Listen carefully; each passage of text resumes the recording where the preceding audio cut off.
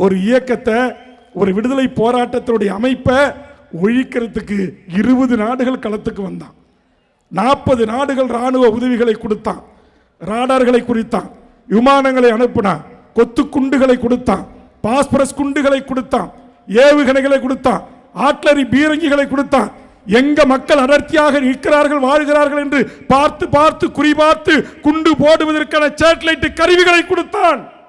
அத்தனையும் எதிர்கொண்டு அந்த நிலத்தில் 50,000 போராளிகள். நான் இங்கே பார்க்கிறேன், ஆயிரக்கணக்கான உறவுகள் எல்லாம் 18 வயசுலேருந்து 25 வயசு 30 வயசுக்குள்ள.